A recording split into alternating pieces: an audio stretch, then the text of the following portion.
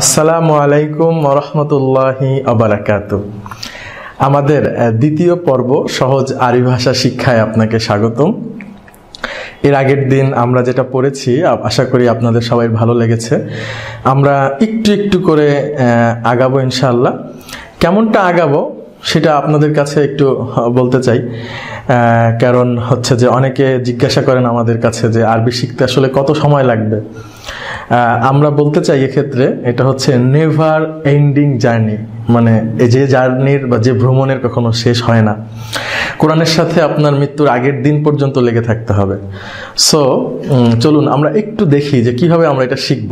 আপনারা দেখতে পাচ্ছেন স্ক্রিনে যে ছোট্ট একটা জায়গা, কালো জায়গাটা থেকে একটুখানি আলো বের হয়েছে, তারপরে আরেকটু, এরপর আরেকটু, আরেকটু, আরেকটু, আরেকটু, এভাবে করে করে আলো কিন্তু বের হচ্ছে ছোট ছোট করে।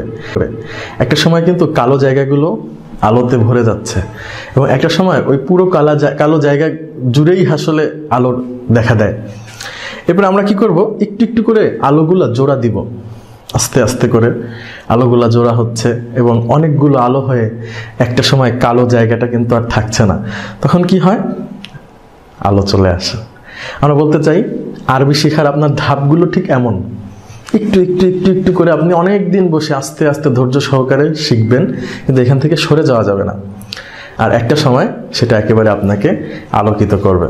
সম্মানিত দর্শক, চলুন গত পর্বে আমরা যেটা শিখেছিলাম তার কিছু অংশ আমরা দেখি। আমরা শিখেছিলাম হাজা মানে হচ্ছে দিস ইজ বা এই হয়, আর যালিকা মানে একটু দূরে যেটা দ্যাট ইজ ওই হয়। আজকে আমরা একটু নতুন কিছু শিখব, সেটা হচ্ছে আপনারা দেখতে পাচ্ছেন একেবারে আমার হাতের উপরে মা হাজা। মা হাজা মানে হচ্ছে এটা কি, হোয়াট ইজ দিস। মা হাজা যেটা কাছের জিনিস, আপনি প্রশ্ন করছেন মা হাজা মানে এটা কি। আর একটু দূরে যেটা সেটা হচ্ছে মা যালিকা, হোয়াট ইজ দ্যাট বা ওইটা কি। তাহলে আমি আবারও বলছি, এর আগের পর্বে যে আমরা শিখেছিলাম হাজা মানে হচ্ছে দিস ইজ, এই পর্বে আমরা শিখছি মা হাজা মানে হচ্ছে হোয়াট ইজ দিস। আর একটু দূরে যেটা মা যালিকা, ওটা কি বা হোয়াট ইজ দ্যাট। তাহলে চলুন আমরা একটু শব্দের সাথে মিলাই। আমরা একটা বইয়ের ছবি দেখতে পাচ্ছি এবং সেখানে প্রশ্ন হচ্ছে মা হাজা মানে হচ্ছে হোয়াট ইজ দিস।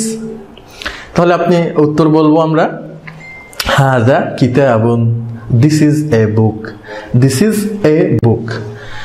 এরপরে আমরা একটি বাড়ির ছবি দেখতে পাচ্ছেন আপনারা, মা হাজা কোয়েশ্চেন, একই উত্তর দিস ইজ এ হাউস, হাজা বাইতুন। একইভাবে মা হাজা, হাজা মসজিদুন, what is this, this is a masjid. মা হাজা, what is this, this is a door, হ্যাঁ হাজা বাবুন। সহজ, এভাবে করে আপনি প্রত্যেকটা শব্দ মা হাজা দিয়ে কাছের জিনিসগুলো আপনি প্রশ্ন করতে পারেন। এবার আমরা দেখতে পাচ্ছি মা হাজা একটি খাটের ছবি, হাজা সারিরুন, দিস ইজ এ বেড। মা হাজা, হাজা মাকতাবুন, দিস ইজ এ টেবিল, এটা একটা টেবিল। এভাবে করে আপনি হোয়াট ইজ দিস দিয়ে প্রশ্নগুলো করতে পারেন। একইভাবে একটু দূরের শব্দগুলো দিয়ে আপনি করতে পারেন মা যালিকা, একটু দূরে যেটা, যেমন দেখতে পাচ্ছেন একটা বাবু, ছোট বাচ্চা, সে কাছের জিনিসটাকে প্রশ্ন করছে মা হাজা, উত্তর কি হাজা কলামুন, this is a pen, this is a pen, হাজা কলামুন, কাছের জিনিস। যখন সেটা একটু দূরে চলে যাচ্ছে, আপনারা দেখতে পাচ্ছেন একটু দূরে, তখন মা যালিকা, what is that, that is a book, যালিকা কিতাবুন, যালিকা কিতাবুন, দ্যাট ইজ এ বুক। এমনিভাবে আপনারা দেখতে পাচ্ছেন একদম কাছে মা হাজা, হোয়াট ইজ দিস, কাছে যখন আমি দেখছি এটা কি, উত্তর হচ্ছে হাজা Baitun, this is a house. যখন একটু দূরে চলে যাচ্ছে মা যালিকা, ওটা কি, দ্যাট ইজ এ মসজিদ, যালিকা মসজিদুন। ধন্যবাদ আমাদের সাথে থাকার জন্য। আমরা এর আগের পর্বে শিখেছিলাম শুকরান, আজকে একটু সেটাকে বড় করব। যদি অনেক আপনারা যেহেতু সবাই আমাদের ভাই বোন সবাই অনেকেই দেখছেন ভিডিওগুলো, যখন সবাইকে আমি ধন্যবাদ বলবো তখন হচ্ছে ধন্যবাদ আপনাদেরকে, যেটা হচ্ছে শুকরান লাকুম, শুকরান লাকুম, থ্যাংক ইউ অল, শুকরান লাকুম। ধন্যবাদ সবাইকে। আসসালামু আলাইকুম ওয়া রাহমাতুল্লাহি ওয়া বারাকাতুহু।